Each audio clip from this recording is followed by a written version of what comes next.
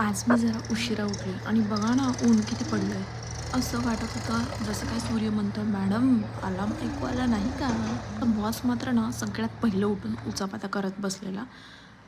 आमच्या बाल्कनीमध्ये ना एका कबुतराने अंडं दिलं आहे. ते कबूतर थोड्या वेळासाठी उडून गेलं तर माझ्या बाळाने ते अंडं उचलून घरामध्ये आणलं. बापरे, माझं हार्ट तर थोड्या वेळासाठी थांबलंच होतं. मग ते अंडं आम्ही आणखीन परत प्रेमाने तिथंच नेऊन ठेवलं.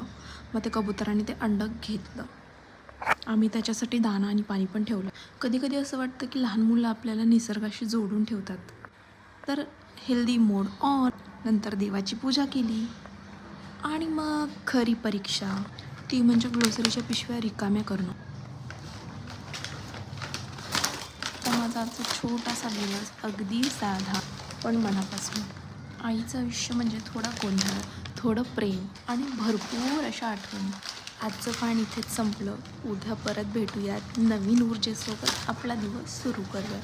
माझा कंटेंट तुम्हाला आवडत असेल तर मला नक्की सबस्क्राईब करा, लाईक करा, शेअर करा आणि कमेंट करून सांगा की तुम्हाला माझे व्लॉग कसे वाटत आहेत.